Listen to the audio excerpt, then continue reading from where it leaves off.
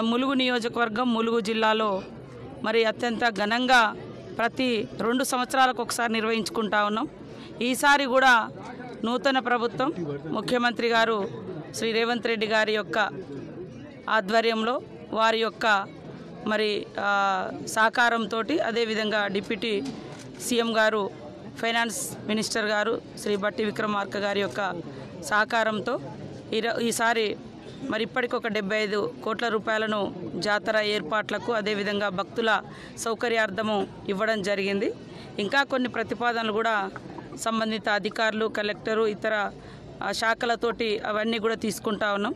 భక్తులకు ఎక్కడ కూడా ఎలాంటి ఇబ్బందులు లేకుండా అందరం అధికారులు, ప్రజాప్రతినిధులు ఒక టీమ్గా మరి పూజా విధానానికి ఎక్కడ విఘాతం కలిగించకుండా, ఆదివాసీ సాంప్రదాయాలకు ఎక్కడ ఆటంకం జరగకుండా అత్యంత వైభవంగా నిర్వహించాలని మేమందరం కూడా భావిస్తాం. బయట నుంచి వచ్చేటువంటి భక్తులు కూడా ఎవరికి వారు క్రమశిక్షణగా వ్యవహరిస్తే ఈ ప్రాంతం అంతా కూడా మరి పరిశుభ్రతతో ఉంటుంది. మరి పోస్టర్స్ కూడా రిలీజ్ చేయబోతున్నాం.